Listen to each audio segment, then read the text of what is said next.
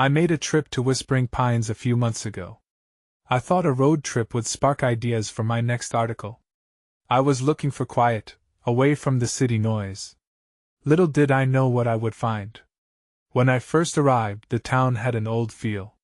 The buildings were aged, and rusty signs hung like memories. It seemed charming at first. I walked down the main street, taking in the sights. But everything felt off. My stomach turned when I stepped into the local diner on my second night. Everyone was smiling, but it didn't look real. The stares from the patrons made my skin crawl. I asked an older woman about the town's history. As soon as I spoke, she went quiet. Her eyes widened for a second, then she changed the topic to the weather. I thought it was odd. Maybe that should have worried me more. Over the next few days, I tried to capture the town's vibe, but I found nothing pleasant. I saw a man sitting on a bench muttering to himself. When he looked at me, his eyes were empty. I felt a jolt in my chest. I backed away slowly, feeling the tension rise around me. One afternoon, I stumbled upon a group of kids playing in an abandoned park. They were laughing and running, but something felt wrong. When I approached with my camera, they stopped. They all just turned and stared. The joy drained from the air, and I felt a chill crawl up my spine. I decided to leave them alone. Then there was the woman who warned me not to wander after dark. She caught me as I stepped outside my hotel. "You stay in when the sun goes down," she said with fear in her eyes. Her grip on my arm was tight, and even after she let go, I felt trapped. On my last night, I thought I'd give it one more shot. Maybe the locals were just shy. I went back to the diner, but it was even quieter. A man sat alone in a corner, staring right at me. I felt his gaze digging into me. I tried to ask him about any local legends, but he just smiled slowly.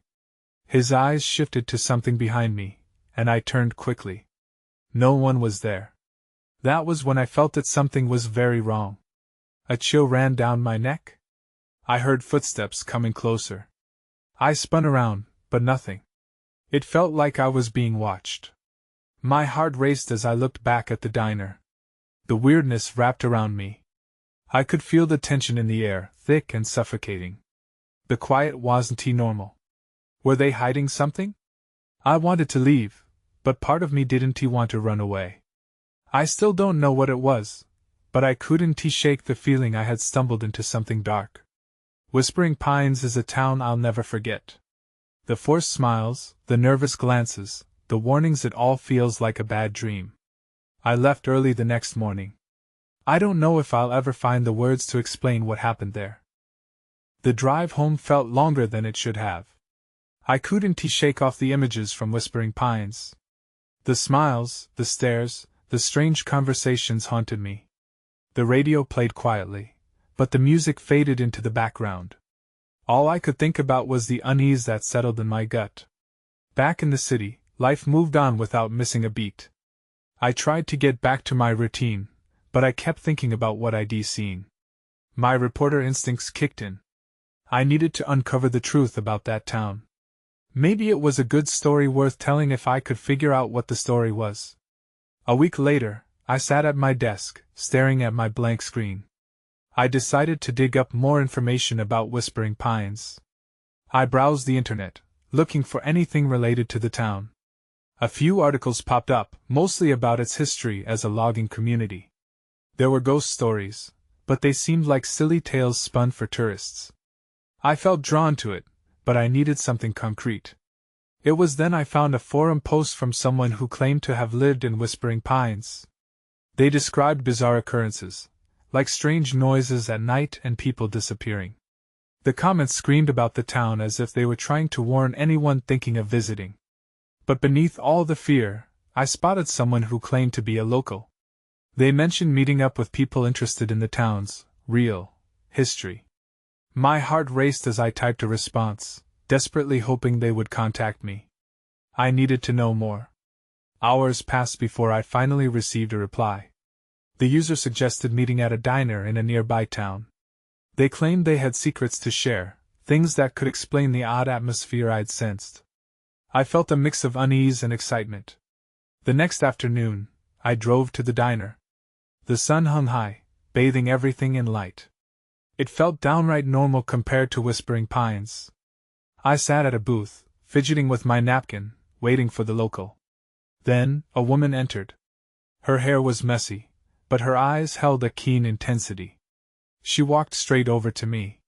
Without any greeting, she said, "You're here about Whispering Pines?" My skin chilled, even in the sunny diner. I nodded. The town has a history that's not just about logging. You need to know where to look, she said. Her voice was low, and she kept glancing around, like the walls had ears. Like what? I asked, curious despite the fear that knotted in my stomach. The woman leaned closer, whispering, "It's the woods. At night, they want you to stay away. Those smiles? They're not just for show." Then everything went dark. The lights flickered, casting an eerie glow around the diner. I felt my heart race. "Is this part of it?" I asked, my voice barely above a whisper. She shook her head, panic flooding her eyes. "No, it's not safe." That's when I realized there was more to this than I expected. I needed to find out what she meant. But now, I wasn't sure if I wanted to dig deeper. The darkness in the diner lasted only a moment before the lights flickered back on. I blinked, trying to shake off the chill that wrapped around me. The woman was gone. It felt surreal, like she'd vanished into thin air. I scanned the room. Other diners hadn't even reacted to the blackout. They continued their conversations as if nothing strange had happened. I slid out of the booth, feeling the need to get fresh air. My mind raced with questions. Where had she gone? What did she know about Whispering Pines? As I stepped outside, the warm sunlight hit my face, but it didn't fully chase away the lingering dread. I pulled my phone from my pocket and stared at it. Maybe I should have pressed her for more information. I thought about the warning she'd hinted at. Those smiles weren't what they seemed. I needed to learn more, but I felt the weight of hesitation settling back in. The woman's words echoed in my mind as I considered my options. I remembered her insistence that the woods wanted people to stay away. I had to dig deeper, but how could I go back to that town? I wasn't even convinced it was worth the risk. Just then, a commotion came from the diner's entrance. I turned to see a familiar face. It was Tom, the man I'd met in Whispering Pines, looking as frantic as I had seen him. He spotted me and rushed over. "Did you see her?" he asked, breathless. "Who?" I replied, my stomach twisting. "The woman?" He nodded, his eyes wide with panic. "We need to leave. It's not safe here." "What do you mean?" My voice dropped to barely a whisper. "What do you know?" He glanced around, as if the walls were indeed listening, and pulled me further away from the diner. "I tried to warn you. People in Whispering Pines, they're not what they seem. You noticed the smiles, didn't you? Look, I shouldn't have come here." "Why are you telling me this now?" I asked, fear bubbling up again. "Because there are others who will try to find you." You dug too deep. A chill ran down my spine. "What do you mean?" "Those stories? They're not just stories. I know people who've gone missing. If we don't act fast, you could be next." Before I could respond, he grabbed my hand. "Come on. We need to move." I hesitated only for a second before following him. I felt like I was teetering on the edge of something I couldn't see. Finally, he pulled me into a nearby alley, the walls feeling like they were closing in. "Listen, the woods aren't just woods. They watch," he said, his voice low. "We need to get somewhere safe." "Where?" I asked. "I have a friend who can explain more. But we have to hurry." As we moved further into the alley, I heard a rustling behind us. My pulse quickened. I turned to see a shadowy figure watching us from the edge. Panic surged. Instinct kicked in, and I bolted forward without thinking. "Tom!" I shouted as I ran, but I could feel the figure drawing closer, relentless and hungry. It wasn't just the town anymore. I was being hunted, and I had no idea why. We raced down the alley, heart pounding in my chest. Tom led the way, But glancing back, I saw the figure still trailing us, its form shifting in the uneven light. My mind buzzed with fear and confusion. Who was that? Why were they after us? Keep moving, Tom urged, his grip tightening on my hand. We dashed out onto a quieter street. The panic in his eyes mirrored my own, making it clear we weren't just running for exercise. Where are we going? I gasped, trying to catch my breath. A place near the town's edge, he said, urgency in his tone. It's safe, at least for now. Just trust me. Trust was hard to come by when the nightmarish shadows of whispering pines loomed in my memory. But I didn't have a choice. I pushed myself to keep up, the rhythm of our footsteps echoing in the stillness. As we turned a corner, a small, run-down house came into view. Its faded paint peeled away like layers of a forgotten story. Tom stopped abruptly, scanning the area. This is it, he whispered, glancing nervously at me. The back door should still be unlocked. We slipped inside the house, which felt too quiet, as if the walls were holding their breath. Tom closed the door behind us, and I could finally hear the sound of our ragged breathing. The dim interior was filled with musty air. A thin beam of light from the lone bulb overhead created long shadows that danced across the walls. What now? I asked, my voice barely above a whisper. Tom looked around, as if assessing our surroundings. We need to figure out what they want. The woman you spoke was she was warning you, wasn't she? I nodded slowly. She said the woods wanted people to stay away. I thought it was just a warning about getting lost or something. No, it's more than that. His voice grew serious. There are things in those woods that aren't just stories. I've heard the locals mention sacrifices, things that happen to keep the balance. They think that if they keep the woods happy, it won't turn on them. A cold shiver crawled down my spine. It felt far-fetched, but my gut twisted in response to his words. What kind of sacrifices? I don't know, Tom admitted, his expression grave. Some people believe it takes lives. Others think it needs. He hesitated, his eyes darting around the room. Something else. Before I could ask what something else meant, a loud crash echoed from outside, followed by shouts. My heart sank. The figure in the alley hadn't given up. They knew we were here. Tom!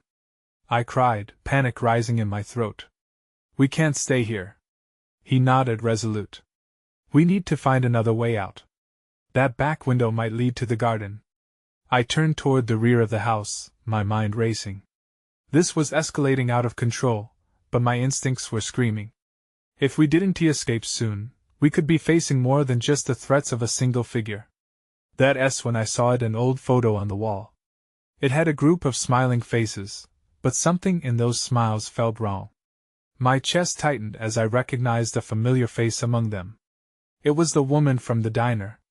I stepped back, trembling. Tom, look! He approached, the urgency replaced by curiosity. What is it? That woman, I pointed to the photo, feeling dizzy. She was here, with them. Why? Suddenly, the laughter from the photo echoed cruelly in my mind, warping into something sinister. I knew then that whatever was unfolding was just the beginning.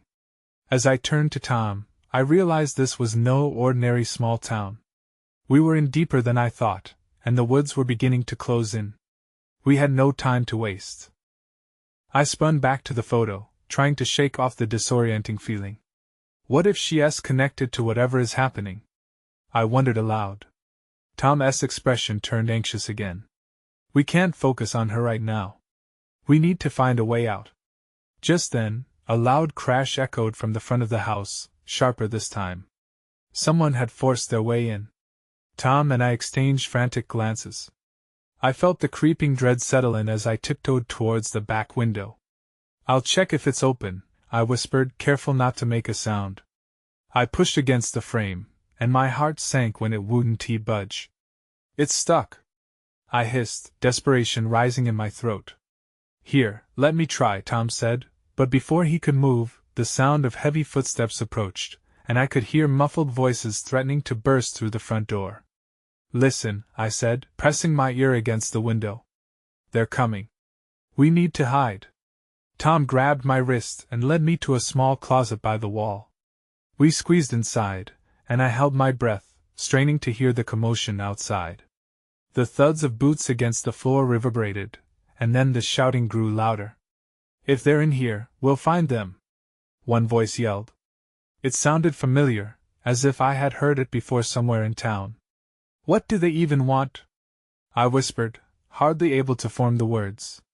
That fear weighed heavily on me, gripping my chest. "I don't know," Tom replied, keeping his voice low. "But we need to find out, and soon." Just as I thought things couldn't get any worse, the door creaked loudly as someone shoved it open, a figure silhouetted against the dim light pouring in.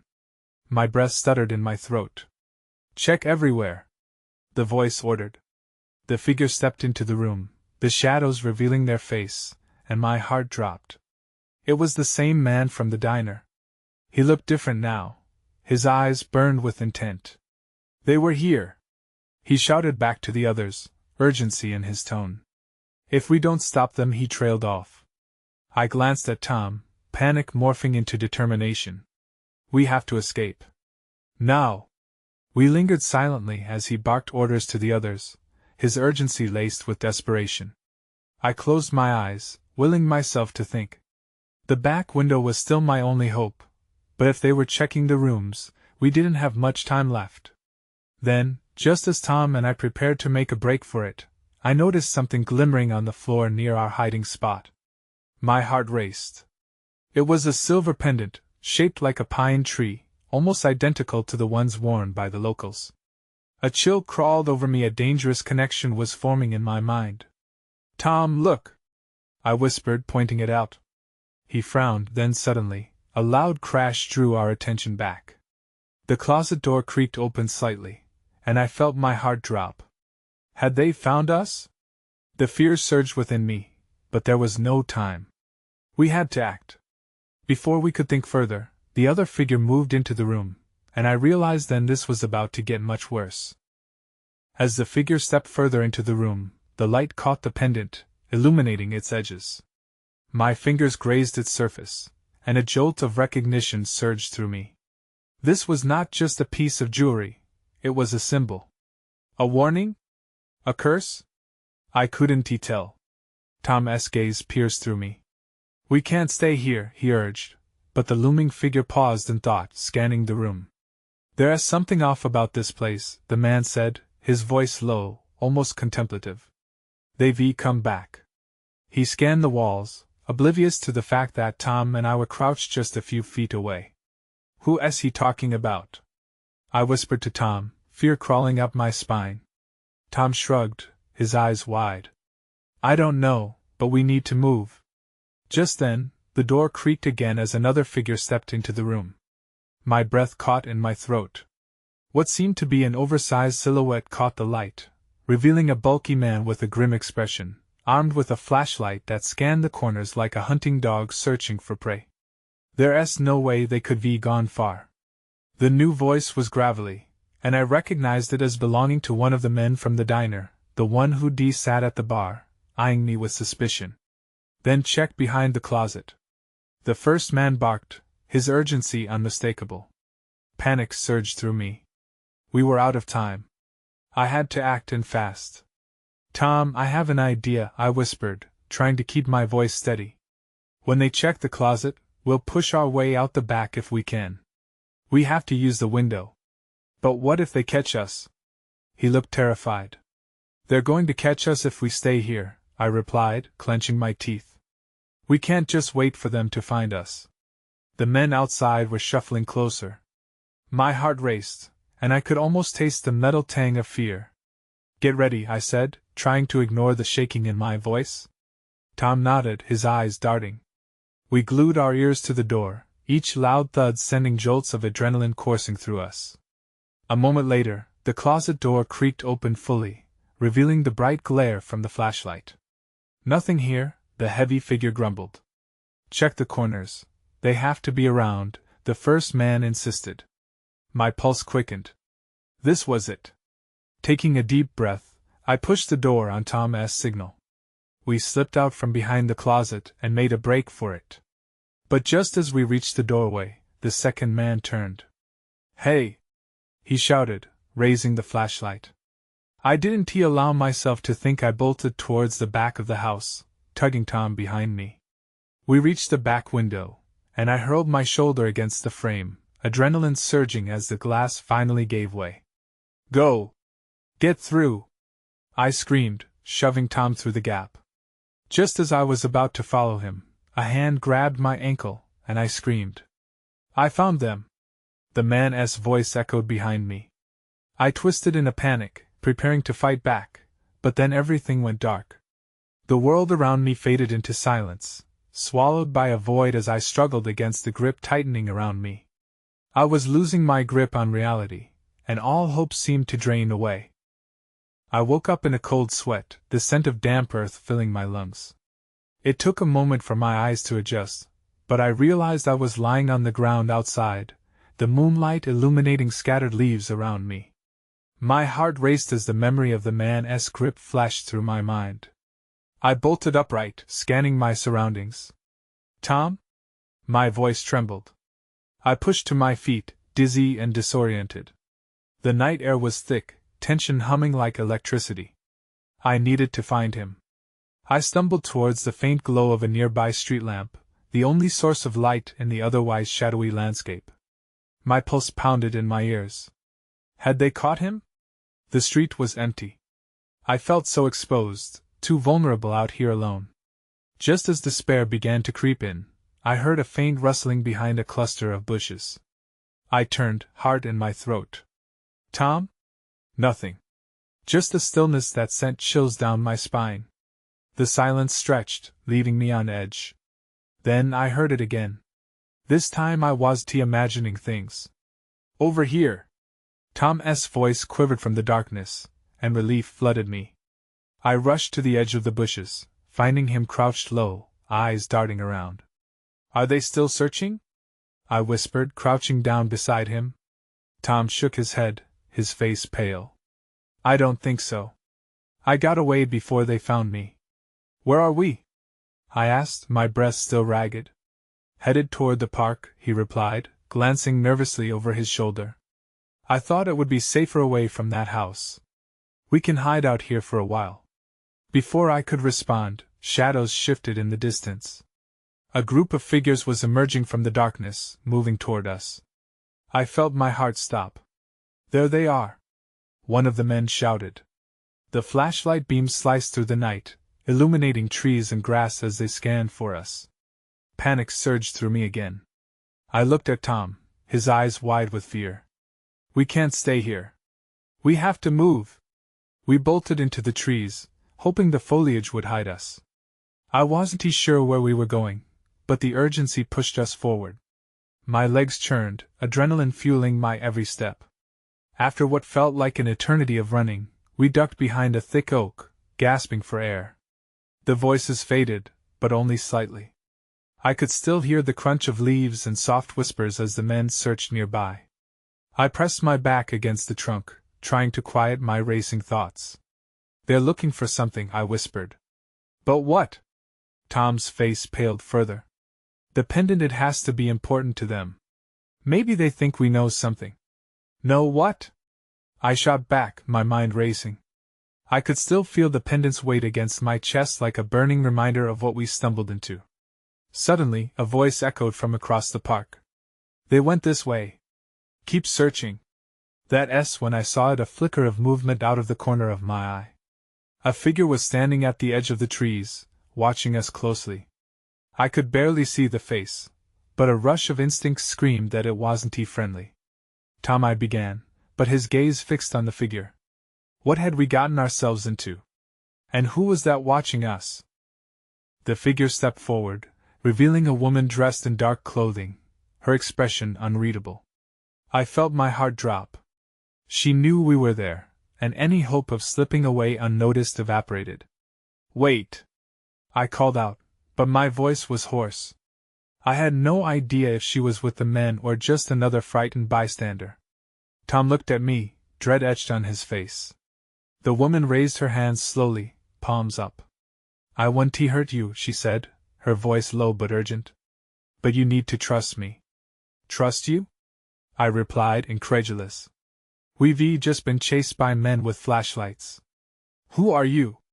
The woman took a step closer, her eyes darting around as if checking for signs of danger. My name is Lila. I can help you, but we don't have much time. They're getting closer. I felt a surge of uncertainty. Help us? Why would you help us? Because I know what they want. I can explain everything, but not here. Her words hung in the air, laden with urgency. Explain? Explain what? Tom interjected, his voice sharper. You know what those men are after. Lila nodded slightly.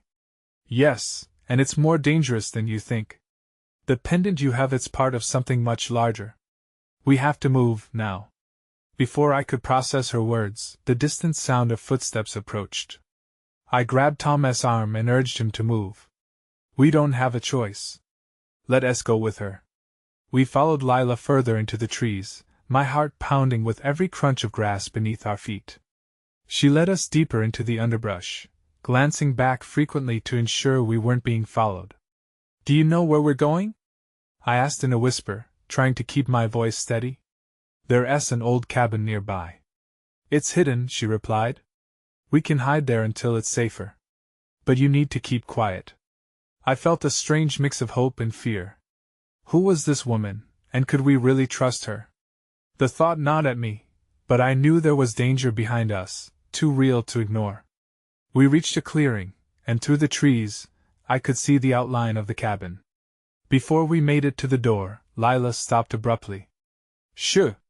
She held her breath, pressing a finger to her lips.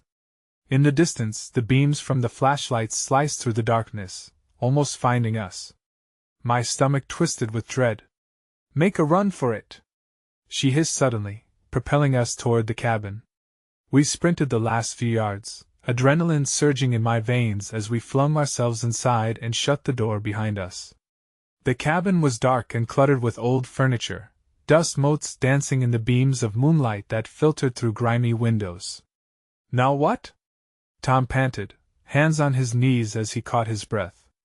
Lila turned to face us, her expression serious. You both need to understand what's truly at stake here. I took a step toward her. What do you mean? What's the pendant for? She hesitated. It's not just a piece of jewelry. It holds a secret, a key to something others will kill for. I thought it was lost forever until you found it. My mind raced. A key? It didn't make sense.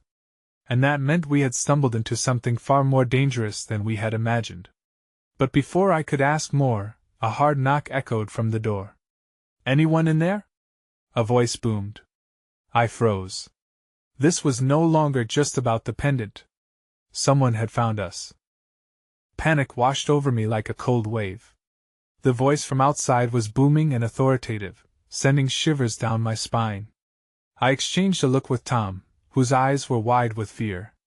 Who is it? Lila asked, her voice barely above a whisper. I don't know, I muttered, inching closer to the window to peer outside.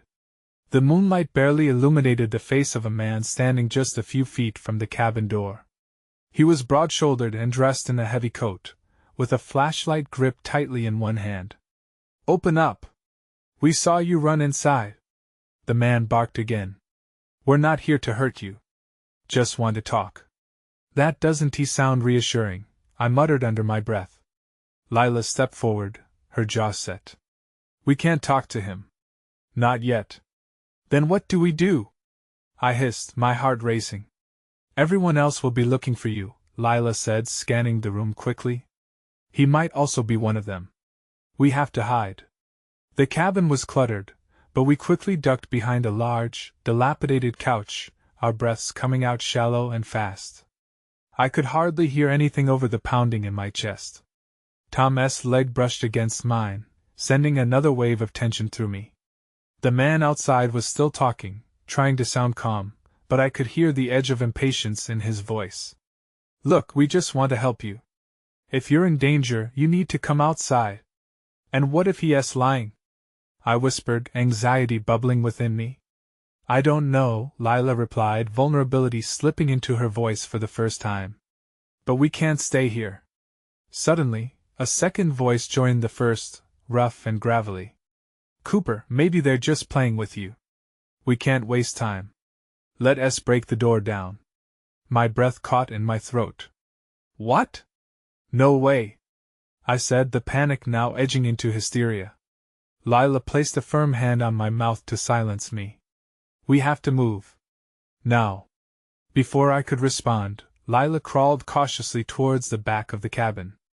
I hesitated, torn between following her or desperately trying to understand the situation outside. Then, the door creaked ominously as it rattled against the frame. They were serious. My heart raced as I followed Lila, adrenaline forcing me to keep quiet. Check the windows. The first voice called out. They can't hide forever. We scrambled to the rear of the cabin, where an old window hung partially open, the screen torn. Lila pushed it wider and glanced back at us. I'll go first. Wait for my signal. The urgency in her eyes pushed me to trust her again.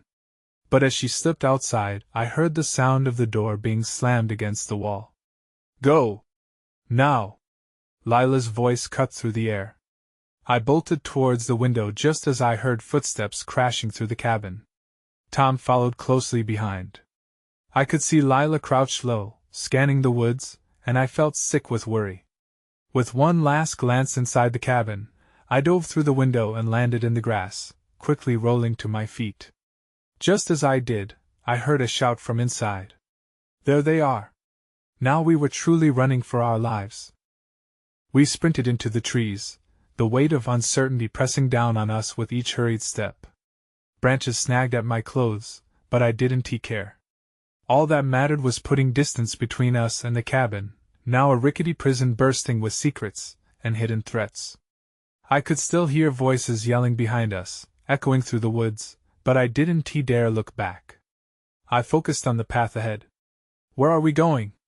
Tom panted beside me, his breath coming in quick gasps. We just need to keep moving, I replied, hoping that I sounded more confident than I felt.